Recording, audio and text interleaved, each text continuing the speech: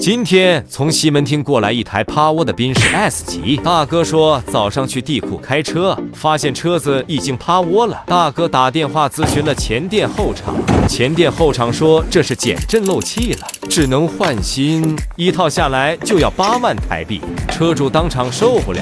幸好大哥通过短视频找到了我们，当天就能交车维修好，不满意分文不收。视频看到这儿，不妨点个小爱心收藏一下，以防下次减震坏了不知道在哪维修。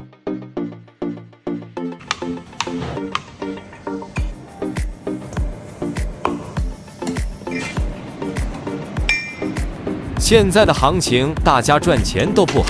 最后我给大哥的工时费打了个8折，你觉得怎么样呢？